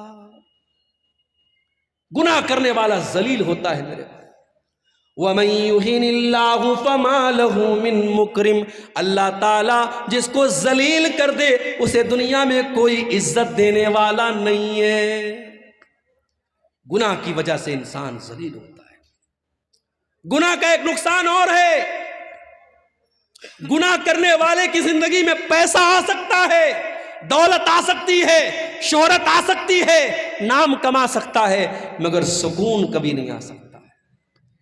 وہ دولت کمائے گا پھر بھی راتوں میں اس کو نیند نہیں آئے گی، اس کے بچے اس کے نافرمان ہو جائیں گے، اس کی بیوی اس سے بے وفائی کرے گی، اس کے گھر میں دولت ہوگی، شہرت ہوگی، سب کچھ ہوگا، مگر چین اور سکون نہیں ہوگا۔ اسی لیے اللہ قرآن میں کہتا ہے وَمَنْ أَعْرَضَ عَنْ ذِكْرِي فَإِنَّ لَهُ مَعِيشَةً ضَنْكًا، وہ لوگوں جو میرے ذکر سے منہ موڑے گا، جو میری شریعت کو چھوڑ دے گا، ہم اس کی زندگی سے سکون کو ختم کر دیں گے۔ وَنَحْشُرُهُ يَوْمَ القیامت اعمیٰ، اور قیامت کے دن ہم اس کو اندھا بنا کر کے اٹھائیں گے۔ قال رب لم حشرتنی اعمیٰ، وہ بندہ کہے گا اے اللہ تو مجھ کو اندھا بنا کے کیوں اٹھا رہا ہے، میں تو دنیا میں اچھا بھلا دیکھا کرتا تھا۔ اللہ فرمائے گا قال کذالک اتتک آیاتنا فنسیتها وکذالک اليوم تنسی، اللہ فرمائے گا میرے بندے میری آیتیں تیرے سامنے پڑھی جاتی تھی، تو دیکھ کر کے دیکھا کر دیتا تھا، تو اندھا بن جاتا تھا، تو مجھ کو بھول گیا، میں تجھ کو بھول گیا۔ تو گناہ کرنے سے سکون ختم ہوتا ہے۔ اور ایک بڑا خطرناک پوائنٹ بتا رہا ہوں، نوٹ کر لو، گناہ کا ایک بہت بڑا نقصان بتا رہا ہوں، گناہ کرنے والا نیکی سے محروم ہو جاتا ہے۔ آج کے دور میں کوئی کہتا ہے صاحب فجر میں نیند نہیں کھلتی، کیوں نہیں کھلتی بھائی؟ تم کو 3 بجے کٹیہار سے ٹرین پکڑنی ہے، گوہاٹی جانا ہے، بنارس جانا ہے، دلی جانا ہے، تو 2 بجے اڑ جاتا ہے اور اپنے گھر سے نکلتا ہے کہ مجھے کٹیہار 1 گھنٹہ پہلے نکلنا ہے، ٹرین مجھے پکڑنی۔ کیسے اڑ جاتا ہے؟ فجر میں نہیں اٹھتا ہے۔ کیوں نہیں اٹھتا ہے؟ گناہ کی وجہ سے اللہ تجھے فجر کی نماز سے محروم کر رہا ہے۔ یاد رکھو میرے بھائی، جب انسان گناہ کرتا ہے اللہ تعالیٰ اس سے اچھے کام کی توفیق چھین لیتا ہے۔ اور بڑے پوائنٹ کی بات بتا رہا ہوں، اگر اللہ تعالیٰ آپ سے اچھا کام لے رہا ہے مسجدوں میں آپ پیسہ دے رہے ہیں، مدرسوں میں آپ چندہ دے رہے ہیں، علماء کے اوپر آپ خرچ کر رہے ہیں، دین کے اوپر آپ خرچ کر رہے ہیں، کتابیں چھپوا کے بانٹ رہے ہیں، غریبوں کی مدد کر رہے ہیں، تو اللہ کا شکر ادا کیجئے، اللہ آپ سے کام لے رہا ہے۔ یہ سب کے بس کی بات نہیں ہے، اللہ آپ سے اپنے دین کا کام لے رہا ہے۔ انسان جب گناہ کرتا ہے اللہ تبارک و تعالیٰ اسے نیکی سے محروم کر دیتا ہے۔ جنگ تبوک کا موقع یاد کرو، اسلام کے اندر ایک ایسی جنگ بھی لڑی گئی، دشمن سے کوئی لڑائی نہیں ہوئی، کوئی جنگ نہیں ہوئی، مگر اللہ کے نبی کے دور میں جو لڑائیاں اور جو جنگیں ہوئیں اس میں غزوہ تبوک کا نام آپ کو بہت آگے آگے نظر آئے گا۔ یہ وہ جنگ تھی جس میں اللہ کے نبی نے صحابہ کرام کو، اللہ تعالیٰ نے ایمان والوں کے ایمان کو پرکھ لیا تھا۔ 700 کلومیٹر کا سفر کرنا تھا، مدینہ سے 700 کلومیٹر دور جانا تھا، اور اس دور کی سپر پاور سے مقابلہ کرنا تھا، رومن امپائر سے مقابلہ کرنا تھا۔ اللہ کے نبی کی عادت تھی جب لڑائی کے لیے گھر سے نکلتے تھے تو صحابہ کو صحیح ڈائریکشن نہیں بتاتے تھے۔ پورب جانا ہوتا تھا کہتے تھے پچھم جانا ہے، اتر جانا ہوتا تھا کہتے تھے دکھن جانا ہے۔ اللہ کے پیارے نبی صحیح ڈائریکشن نہیں بتاتے تھے، مگر جنگ تبوک ایک ایسی جنگ ہے اللہ کے نبی نے بالکل صحیح ڈائریکشن بتایا تھا اور کہا تھا اے میرے صحابہ ہمیں تبوک جانا ہے، ہمیں مدینہ سے 700 کلومیٹر دور جانا ہے، ہمیں اس راستے پر جانا ہے۔ گرمی کا موسم تھا، کھجوروں کے پکنے کا ٹائم تھا، اس جنگ میں بہت سارے منافق لوگ نہیں گئے، بہت سارے منافق لوگ نہیں گئے، 2-4 سچے مسلمان بھی نہیں گئے اپنی کاہلی کی وجہ سے، انہوں نے بعد میں اللہ سے توبہ کر لی۔ لیکن جو منافق لوگ تھے، جو بے ایمان لوگ تھے، جو کام چور لوگ تھے، جو اللہ اور اس کے رسول کو دھوکہ دینے کی کوشش کرتے تھے، جب اللہ کے نبی واپس آئے تو اب یہ آ کے بہانہ کر رہے، کوئی لنگڑا کے آ رہا ہے، اے اللہ کے نبی میری تو پیر میں بہت درد تھا، میں اس لیے نہیں جا پایا، اور اے اللہ کے نبی میرے پاس پیسہ نہیں تھا، میرے پاس یہ نہیں تھا، میرے پاس وہ نہیں تھا۔ اللہ کے نبی کہتے تھے اچھا بھائی چلو ٹھیک ہے، جاؤ جاؤ، تم کو معاف کیا، تم کو معاف کیا۔ اللہ کے نبی کہہ کے نظر انداز کر دیتے تھے، نبی نے تو معاف کر دیا، نبی نے نظر انداز کر دیا، مگر قرآن میں اللہ نے ان منافقوں کی پول کھول دی۔ اللہ نے فرمایا وَلَوْ أَنَّهُمْ أَرَادُوا الْخُرُوجَ لَأَعَدُّوا لَهُ عُدَّةً، اے میرے نبی اگر یہ منافق لوگ آپ کے ساتھ جانا چاہتے تو تیاری کرتے، انہوں نے کوئی تیاری نہیں کی، یہ کوئی تیاری انہوں نے نہیں کی، اس کا مطلب کہ یہ جھوٹ بول رہے ہیں، یہ کام چور لوگ ہیں، یہ اللہ کی عبادت سے بھاگنے والے لوگ ہیں۔ وَلَوْ أَنَّهُمْ أَرَادُوا الْخُرُوجَ لَأَعَدُّوا لَهُ عُدَّةً وَلَكِنْ كَرِهَ اللَّهُ بِعَاثَهُمْ فَثَبَّتَهُمْ، اے نبی ان منافقوں کو اللہ تعالیٰ نے محروم کر دیا، یہ چاہتے تب بھی آپ کے ساتھ جا نہیں سکتے تھے، اللہ نے ان کو بٹھا دیا۔ میرے بھائی اگر فجر کی نماز کے لیے آپ کو اگر اٹھنے کا ارادہ ہوتا، 5:30 بجے فجر کی اذان ہونے والی ہے، 5:15 بجے کا آپ اپنے موبائل پر الارم سیٹ کرتے اور 5:15 بجے اٹھ کر کے آپ مسجد میں آتے، جب مؤذن الصلاۃ خیر من النوم کی آواز دیتا آپ کے کانوں میں وہ آواز پڑتی۔ جب آپ نے ارادہ ہی نہیں کیا، جب آپ کا من ہی نہیں تھا، جب آپ نے اس کے بارے میں سیریس اس کو لیا ہی نہیں، تو اللہ آپ سے اس کی توفیق کیوں دے گا؟ اسی لیے حضرت فضیل ابن عیاض کہا کرتے تھے کہ اگر تم رات میں تہجد کی نماز نہ پڑھ سکو اور نیکی کا کام نہ کر سکو تو ذرا غور کرنا، فَعْلَمْ أَنَّكَ مُقَبَّلٌ قَبَّلَتْكَ ذُنُوبُكَ، تو سمجھ لینا کہ تمہارے گناہوں نے تم کو جکڑ لیا ہے، تم اپنے گناہوں کے بندھن میں بندھے ہوئے ہو۔ میرے بھائیوں اپنے آپ کو گناہوں کے بندھن سے مکت کرو، جب تک گناہوں کے بندھن میں ہم بندھے رہیں گے اللہ تعالیٰ نیکی کی توفیق ہم کو نہیں دے گا۔ اب 2-3 چیزیں اور بیان کر کے بات ختم کر رہا ہوں۔ گناہ کرنے والا جب گناہ کرتا ہے، نوٹ کر لو میری بات، گناہ کرنے سے دشمنی بڑھتی ہے، نفرت بڑھتی ہے۔ 2 دوستوں میں درار پیدا کیوں ہوتی ہے؟ گناہ کی وجہ سے۔ 2 رشتہ داروں میں پھوٹ کیوں پڑتی ہے؟ گناہ کی وجہ سے۔ اللہ کے نبی فرماتے ما تباد اسنانی، جب 2 لوگ ایک دوسرے سے محبت کرتے ہیں، جب 2 لوگ ایک دوسرے سے دوستی کرتے ہیں، تعلق قائم کرتے ہیں، جب 2 لوگ ایک دوسرے سے محبت کرتے ہیں، ان کے درمیان نفرت تب پیدا ہوتی ہے جب دونوں میں سے کوئی ایک اللہ کو ناراض کرتا ہے، جب کوئی گناہ کا کام کرتا ہے تو دوستی ٹوٹ جاتی ہے۔ ایک مثال دوں آپ کو، رمضان آنے والا ہے، رمضان کے اندر ایک رات ہے شب قدر، ایک رات کی فضیلت یہ ہے 1000 مہینوں سے بہتر ہے. 1000 مہینے میں کیلکولیٹ کرو گے کیلکولیٹر پر 84 سال. کیا مطلب؟ ایک رات میں قرآن پڑھو گے ثواب ملے گا 84 سال قرآن پڑھنے سے بھی زیادہ. ایک رات نماز پڑھو گے 84 سال نماز پڑھنے سے زیادہ ثواب ملے گا. یہ شب قدر کی فضیلت ہے. اب میں آپ سے پوچھتا ہوں کون سی رات شب قدر ہے؟ مولوی صاحب نہیں پتا. اتنا پتا ہے رمضان کے آخری عشرے کی کسی ایک رات میں ہے، لیکن کون سی رات ہے نہیں پتا. جانتے ہو شب قدر کون سی رات ہے؟ یہ علم اللہ تعالیٰ دنیا میں اتارنے والا تھا، مگر 2 صحابی آپس میں لڑ پڑے تو اللہ تعالیٰ نے اس علم کو اٹھا لیا. اگر وہ نہ لڑے ہوتے اور آپس میں اختلاف نہ کیا ہوتا انہوں نے شب قدر کے بارے میں، تو اللہ تعالیٰ ایگزیکٹ بتا دیتا کہ 25ویں رات شب قدر ہے یا 27ویں رات شب قدر ہے یا 23ویں رات شب قدر ہے. 2 لوگوں نے جھگڑا کیا، اللہ نے شب قدر کا علم اٹھا لیا. اختلاف ہمیشہ جب انسان گناہ کرتا ہے تو اختلاف پیدا ہوتا ہے میرے پیارے ساتھی. اسی لیے اللہ کے نبی جب نماز کھڑی ہوتی تھی صحابہ کرام سے کہا کرتے تھے اقیموا صفوفکم، اے میرے صحابہ نماز صحیح کر لو، صفیں درست کر لو. اے میرے صحابہ اپنی صفوں کو درست کر لو. لَتُقِیمُنَّ صُفُوفَکُمْ أَوْ لَيُخَالِفَنَّ اللَّهُ بَيْنَ قُلُوبِکُمْ. اے میرے صحابہ تم اپنی صفوں کو سیدھا نہیں کرو گے تو اللہ تعالیٰ تمہارے دلوں کے بیچ میں دوری پیدا کر دے گا. یعنی ایک سنت آپ چھوڑیں گے نماز کے اندر، اگر سب کو سیدھا نہیں کریں گے اور قدم سے قدم اور کندھے سے کندھا ملا کے کھڑے نہیں ہوں گے تو اللہ تعالیٰ دل میں دوری پیدا کر دے گا. اور آج دوری پیدا ہو گئی ہے میرے بھائی. ویڈیو دیکھا آپ نے فیس بک کے اوپر یوٹیوب کے اوپر ویڈیو آ گیا ہے. ایک مسلمان کو چند نوجوان پکڑتے ہیں، جیسے آج کل بہت سارے مسلمانوں کو موب لنچنگ کے لیے پکڑ کے ان سے نعرے لگوائے جاتے ہیں. ایک مسلمان کو پکڑ کے کہتے ہیں تو بتا اعلی حضرت کو مانتا ہے کہ نہیں مانتا ہے، تو بتا تو فلاں فلاں کو کافر مانتا ہے کہ نہیں مانتا ہے.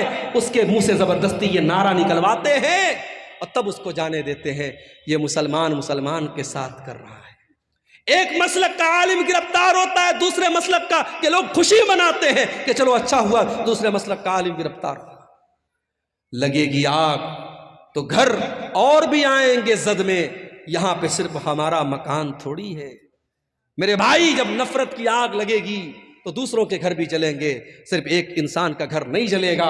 اگر آج جماعت اہل حدیث کا کوئی عالم اگر مصیبت میں ہے اور دوسرے مسلک کے لوگ خوشی منا رہے ہیں صاحب چلو اہل حدیثوں کا مولوی گرفتار ہو گیا اور مصیبت میں پھنس گیا، تو آج ہم نے دیکھا ابھی حال میں معاملہ پیش آیا. مفتی سلمان اظہری صاحب جو ہے ممبئی کے بریلوی مسلک کے عالم ہیں، ہمارا ان سے عقیدے کا اختلاف ہے، مسلک کا اختلاف ہے، لیکن وہ اپنی جگہ ہے. لیکن بہرحال وہ مسلمانوں کے ایک جماعت کے عالم ہیں.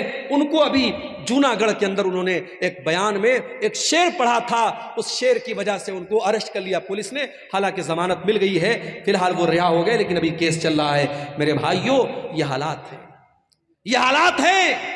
ڈاکٹر ذاکر نائک کے اوپر مسائل آئے، مصیبتیں آئیں، آج وہ بیچارے انڈیا کے باہر ہیں. ان کو لے کر کے کتنے لوگوں نے بڑی خوشی منائی کہ چلو بھائی ڈاکٹر ذاکر نائک اریسٹ ہو گئے، باہر چلے گئے اور انڈیا سے باہر چلے گئے. لوگوں نے خوشی منائی، ان کا ادارہ بند ہو گیا، ان کا اسکول بند ہو گیا، ان کا چینل بینڈ کر دیا، لوگوں نے خوشی منائی تھی. میرے پیارے ساتھیوں یہ آپس میں نفرت اور عداوت کیوں پیدا ہوتی ہے؟ جب انسان گناہ کرتا ہے، گناہوں کی وجہ سے انسان کے دل میں دوریاں پیدا ہوتی ہیں. اور جانتے ہو ایک نقصان اور ہے گناہ کا. جب انسان گناہ کرتا ہے تو اس کے بیوی اور بچوں کے اخلاق پر بھی اثر پڑتا ہے. بچے نافرمان کیوں ہیں؟ بیوی نافرمان کیوں ہے؟ کبھی غور کرنا. باپ گٹکھا کھا رہا ہے، باپ بیڑی پی رہا ہے، باپ سگریٹ پی رہا ہے، باپ شراب پی رہا ہے اور یہ امید کرتا ہے میرا بیٹا 5 ٹائم کا نمازی ہو سکتا ہے، پاسبل ہے. لیکن اگر باپ اگر بدچلن ہے تو اولاد بھی بدچلن ہوگی میرے بھائی. اگر ماں بدچلن ہے تو بیٹیاں بھی بدچلن ہوگی. ماں باپ کا اثر پڑتا ہے بچوں کے اوپر. اس لیے اگر چاہتے ہو ہمارے بچے صحیح ہو جائیں, ہماری بیٹیاں صحیح ہو جائیں, تو اپنے اخلاق اور کردار کو ہمیں اچھا بنانا پڑے گا. جب تک ہم گناہوں سے نہیں بچیں گے ہماری اولاد کی اللہ تعالیٰ ان کی اصلاح نہیں کرے گا. اسی لیے قرآن ہم سے یہ کہتا ہے اپنی اولاد کو بھی جہنم کی آگ سے بچانے کی فکر کرو اور اپنے آپ کو بھی جہنم کی آگ سے بچانے کی فکر کرو. یا ایھا الذین آمنوا قوا انفسکم واہلیکم نارا, اے ایمان والو اپنے آپ کو اور اپنے گھر والوں کو جہنم کی آگ سے بچاؤ. اب یہ تو ہو گئے گناہوں کے نقصانات. اب تقریر کا آخری پوائنٹ کہ وہ کیا طریقہ ہے جس سے ہم گناہوں سے بچ جائیں. کیا ایسا کریں ہم کہ ہم گناہوں سے بچ جائیں. قرآن ہمیں طریقہ بتاتا ہے.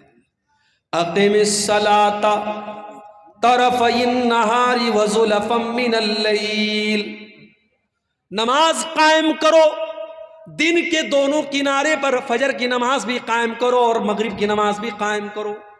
دن کے دونوں کناروں پر نماز قائم کرو. وزلفا من اللیل, اور رات کے کچھ حصے میں بھی نماز قائم کرو, یعنی عشاء کی نماز بھی پڑھو. یا 3 نمازوں کا ذکر ہوا, حالانکہ نماز 5 ٹائم کی ہے.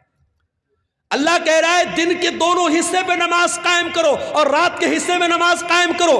ان الحسنات یذہبن السیئات, کیونکہ نیکی کرنے سے گناہ مٹ جاتے ہیں. جب آپ نماز کی پابندی کریں گے آٹومیٹک بہت سارے گناہوں سے بچیں گے. ہمارے بہت سارے نوجوان میں جانتا ہوں انٹرنیٹ کا دور ہے, موبائل پر گندی چیزیں دیکھ رہے ہیں, گندی عادتوں میں پڑے ہوئے ہیں. کبھی کبھی میرے پاس واٹس ایپ پر ایسے نوجوانوں کا میسج بھی آتا ہے, شیخ صاحب ایک گندی عادت میں پڑا ہوا ہوں, دعا کر دیجئے میرے لیے, اللہ مجھے اصلاح, مجھے کوئی طریقہ بتا دیجئے. طریقہ میں قرآن کا آپ کو بتاتا ہوں, قرآن کا طریقہ آپ کو بتاتا ہوں. اقم الصلاۃ ان الصلاۃ تنہی عن الفحشاء والمنکر, نماز قائم کرو, بے شک نماز آپ کو بے حیائی سے اور برائی سے روکے گی. بے حیائی اور برائی سے نماز روکے گی میرے بھائی.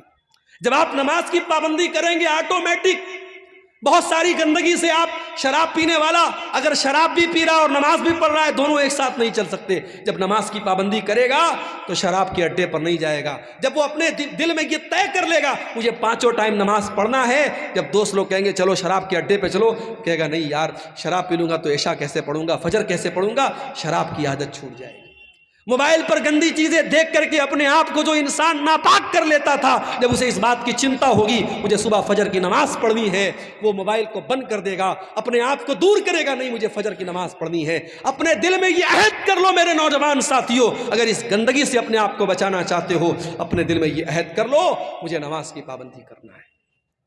اور ایک چیز اور بتا دیتا ہوں آپ کو, کبھی آپ نے دیکھا ہوگا کیمرہ لگا ہوتا ہے ایئرپورٹ پر, کٹیہار اسٹیشن پہ بھی لگا ہوا ہے, پٹنہ اسٹیشن پر بھی لگا ہوا ہے, بڑے بڑے مال میں لگا ہوتا ہے. کیمرہ کیوں لگا رہتا ہے؟ اس کیمرے کا نام کیا ہوتا ہے؟ CCTV camera, security camera. اس کیمرے کا مقصد کیا ہوتا ہے؟ چور چوری کرنے کے پہلے سوچ لے تیری ریکارڈنگ ہو رہی ہے, کسی لڑکی کو چھیڑنے والا سوچ لے تیری تصویر آ رہی ہے کیمرے کے اندر.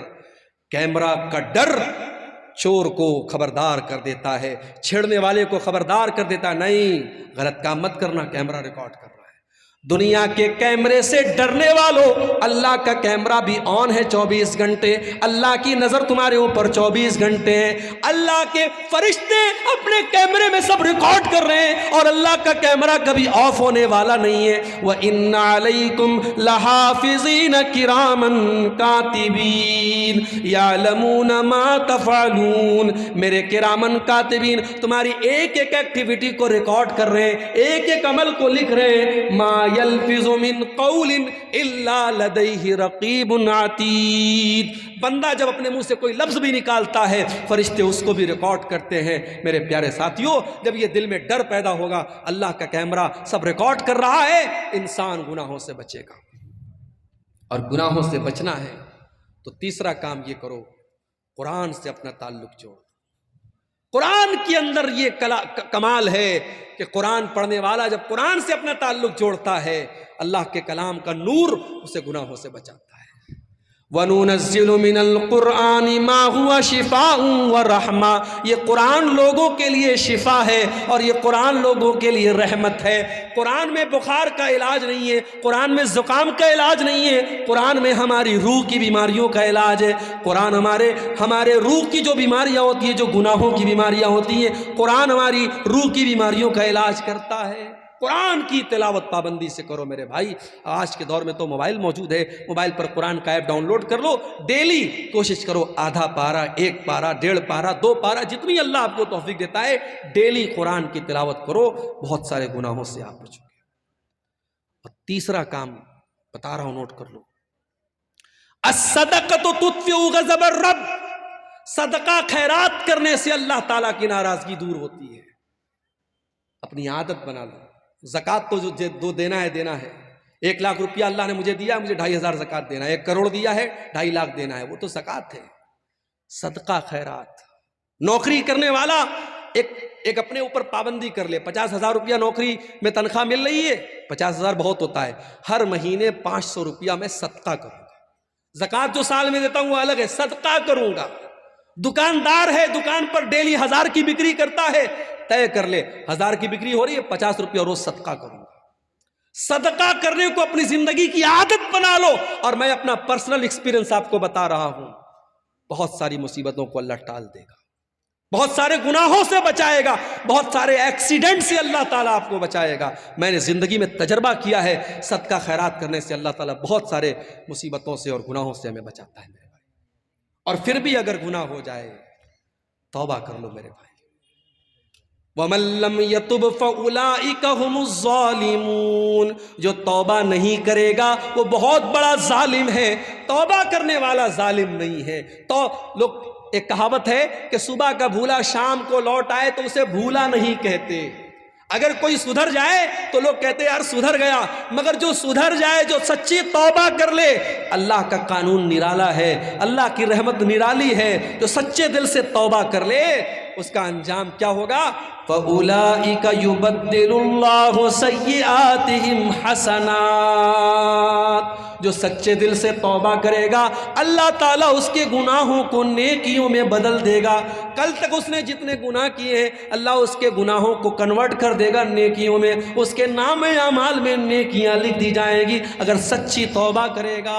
اور سچی توبہ کس کو کہتے ہیں؟ یہ آخری بات بتا رہا ہوں، اس کو نوٹ کر لو اور بات ختم کرتے ہیں۔ میں بھی بیمار ہو گیا، آج اتفاق سے منیہاری گھاٹ سے کٹیہار تک بائک پر بیٹھ کے آیا، ٹھنڈی ٹھنڈی ہوائیں چل رہی تھی، سردی کا کافی اثر ہو گیا، مجھے تو لگا کہ تقریر بھی ہو پائے گی کہ نہیں ہو پائے گی، لیکن اللہ جزائے خیر دے، یہاں کے لوگوں نے دوا وغیرہ کھلائی اور وکس وغیرہ کی بھاپ لے کے میں آیا تو آپ کے سامنے میں تقریر کر پایا ہوں۔ یہ اللہ کی توفیق ہے میرے بھائی، اور آپ لوگوں کی محبت ہے کہ میں نے آپ کے سامنے اتنی باتیں رکھ دی۔ یہ آخری بات بیان کر کے بات ختم کر رہا ہوں کہ جب ہم توبہ کریں تو قرآن کہتا ہے صرف توبہ نہیں کرنا ہے، توبوا الی اللہ توبۃ نصوحا، سچی توبہ کرنا ہے۔ سچی توبہ کیسی ہوتی ہے؟ نوٹ کر لو، سچی توبہ وہ ہوتی ہے جس کے اندر 3 کنڈیشن پائی جائے۔ پہلی کنڈیشن یہ ہے آپ جس گناہ سے توبہ کر رہے ہیں اس گناہ کو چھوڑ دیجئے۔ شرابی توبہ کرنا چاہتا ہے شراب چھوڑ دے، زانی توبہ کرنا چاہتا ہے زنا چھوڑ دے، بے نمازی توبہ کرنا چاہتا ہے نماز پڑھنا شروع کر دے۔ جس گناہ میں آپ مبتلا ہے پہلے اس گناہ کو چھوڑ دیجئے، پہلا کام۔ دوسرا کام، اپنے گناہ پر شرمندگی محسوس ہے کہ یار میں غلط کرتا تھا، مجھے ایسا نہیں کرنا چاہیے تھا، یہ احساس ہونا چاہیے۔ اگر یہ احساس ہے کہ میں نے غلط کیا تو یہ توبہ کی پہلی سیڑھی ہے۔ اور اگر گناہ پر یہ احساس بھی نہیں ہے، آپ غلط کر رہے ہیں، کسی لڑکی کے ساتھ غلط آپ نے کام کیا اور آپ اپنے دوستوں میں فخر کے ساتھ بیان کر رہے ہیں، تو یہ ڈھٹائی ہے، یہ چوری اور سینہ زوری ہے۔ اور یاد رکھو، جو اپنے گناہوں پر اتراتا ہے، گناہوں پر ڈھٹائی کرتا ہے، اللہ تعالیٰ کے اس کی مغفرت کا چانس بہت کم ہے۔ اللہ کے نبی فرماتے ہیں میری امت میں سب کی معافی ہو سکتی ہے مگر اس کی معافی نہیں ہوگی جو کھلم کھلا گناہ کرے گا۔ تو پہلا کام گناہ کو چھوڑ دے، دوسرا کام گناہ پر شرمندہ ہو، اور تیسرا کام کیا کرنا ہے؟ آئندہ فیوچر میں، بھوشیہ میں اس گناہ کو نہ کرنے کا پکا ارادہ کرے۔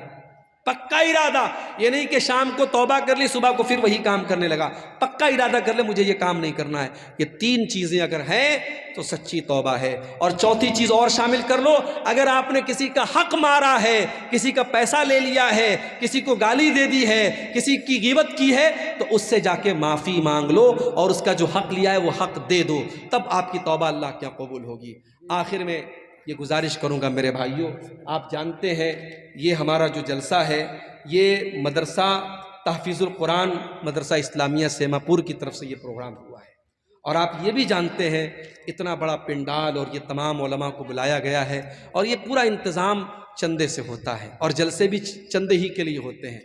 بھائیوں نے ہم سے گزارش کی ہے، میں اس فن کا آدمی نہیں ہوں، یہ بھی چندہ کرنا بھی ایک مہارت کی چیز ہوتی ہے، میں وہ فن اور ہنر نہیں جانتا ہوں، لیکن میں آپ سے گزارش کر رہا ہوں، یہ رات کے تقریباً 2 بج رہے ہیں، یہ بڑا سہانا وقت ہے، اللہ تعالیٰ اس وقت میں ہماری نیکیوں کو قبول کرتا ہے۔ آپ آئیے، بڑھ چڑھ کر کے ادارے کو اپنا تعاون دے کر کے جائیے، ہمارے بعد جو لوگ موجود ہیں وہ آپ کے تعاون کو لیں گے۔